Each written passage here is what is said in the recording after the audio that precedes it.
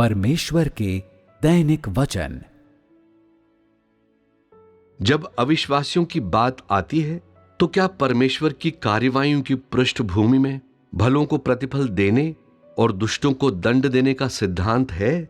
क्या तुम देखते हो कि परमेश्वर की कार्यवाही के लिए एक सिद्धांत है? तुम्हें यह देखने योग्य होना चाहिए कि एक सिद्धांत है। वास्तव में अविश्वासी परमेश्वर में विश्वास नहीं रखते, वे परमेश्वर के आयोजन को नहीं मानते और वे परमेश्वर के प्रभुत्व से अनभिज्ञ हैं। परमेश्वर को स्वीकारने की तो बात ही क्या है। अधिक गंभीर बात यह है कि वे परमेश्वर की निंदा करते हैं और उसे बुरा भला कहते हैं और उन लोगों के प्रति हिंसक हैं जो परमेश्वर में विश्वास करते हैं।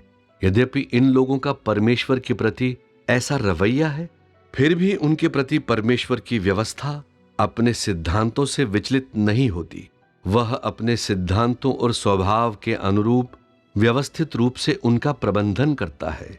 परमेश्वर उनके हिंसात्मक रवैये को किस प्रकार लेता है? नादानी की तरह।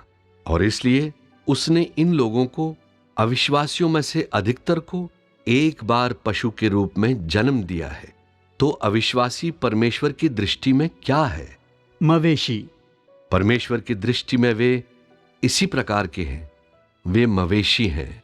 परमेश्वर मवेशियों का बंदोबस्त करता है और वह मनुष्यों का बंदोबस्त करता है, और इस प्रकार के लोगों के लिए उसके सिद्धांत एक समान हैं।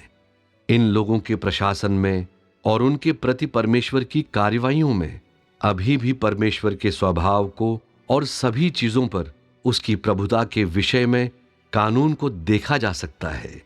अतः क्या तुम उन सिद्धांतों में परमेश्वर की प्रभुता देखते हो जिनके द्वारा वह अविश्वासियों का बंदोबस्त करता है, जिसके विषय में मैंने अभी बताया?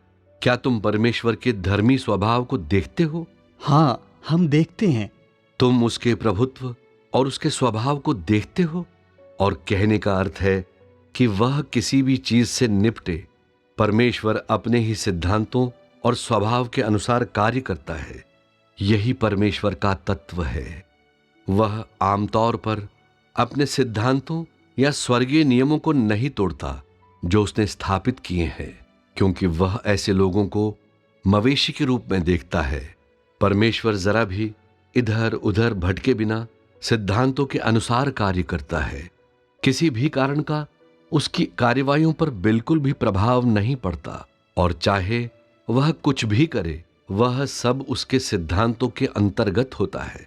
इस बात का निर्णय इस तथ्य के द्वारा होता है कि परमेश्वर के पास स्वयं परमेश्वर का तत्व है, जो एक अद्वितीय तत्व जो किसी रचे गए जीव के पास नहीं होता। परमेश्वर हर वस्तु, हर व्यक्ति और जो कुछ भी उसने रचा है, उन सभी चीजों के मध्य जीव की देखभाल में, नजरिए में, उनके प्रबंधन में, प्रशासन में न्यायपरायण और उत्तरदायी है, और इसमें वह कभी भी लापरवाह नहीं रहा है। जो अच्छे हैं वह उनके प्रति अनुग्रही और दयावान है।